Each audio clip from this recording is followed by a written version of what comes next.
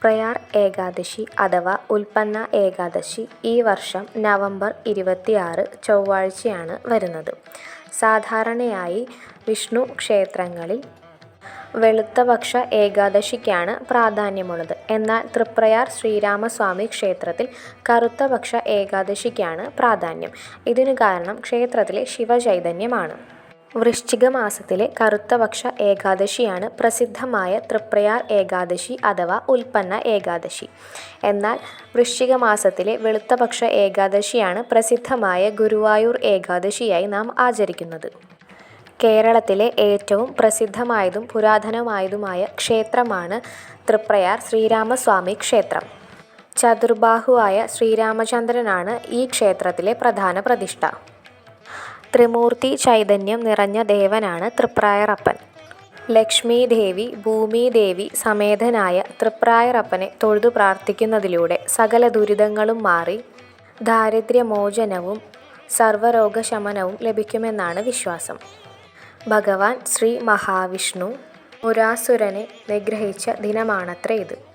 ഗുരുവായൂർ ഏകാദശി, സ്വർഗ്ഗവാതിൽ ഏകാദശി പോലെ തന്നെ ഏറ്റവും പ്രധാനമായ ഏകാദശിയാണ് തൃപ്രയാർ ഏകാദശി. തൃപ്രയാർ ഏകാദശി ദിനത്തിൽ ഭഗവാന്റെ നിർമ്മാല്യ ദർശനം വളരെ പുണ്യദായകമാണ്. ഗുരുവായൂർ ഏകാദശി ദിനത്തിലെ ചടങ്ങുകൾക്ക് സമാനമായ ചടങ്ങുകൾ തന്നെയാണ് തൃപ്രയാർ ക്ഷേത്രത്തിലും നടക്കുന്നത്.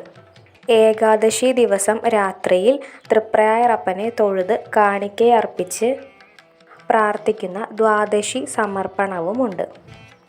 ഭക്തർ സമർപ്പിക്കുന്ന അന്നം സ്വീകരിക്കുവാനായി ഭഗവാൻ മത്സ്യരൂപത്തിൽ എത്തും എന്ന വിശ്വാസത്തിൽ നടത്തുന്നതാണ് മീനൂട്ട് വഴിപാട്. പിതൃതർപ്പണ തുല്യമായിട്ടാണ് മീനൂട്ട് വഴിപാട് ക്ഷേത്രത്തിൽ നടത്തുന്നത്. മറ്റൊരു പ്രസിദ്ധമായ വഴിപാട് വെടി വഴിപാടാണ്. ഇത് ശത്രുദോഷത്തിന് ഏറ്റവും നല്ലതാണെന്ന് പറയപ്പെടുന്നു.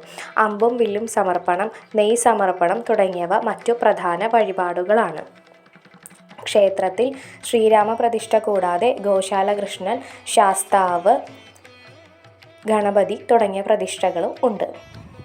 ഉൽപ്പന്ന ഏകാദശി ദിവസത്തിലെ വ്രതം അനുഷ്ഠിക്കുന്നത് വളരെ ശ്രേഷ്ഠമാണ്. ഈ വ്രതം ബ്രഹ്മ, വിഷ്ണു, മഹേശ്വരന്മാർക്ക് സമർപ്പിക്കുന്നു.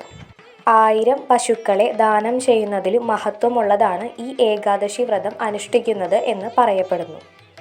ഏകാദശി തിഥി നവംബർ 26 പുലർച്ചെ 1:02 ആരംഭിച്ച് നവംബർ 27 പുലർച്ചെ 3:48 അവസാനിക്കുന്നു.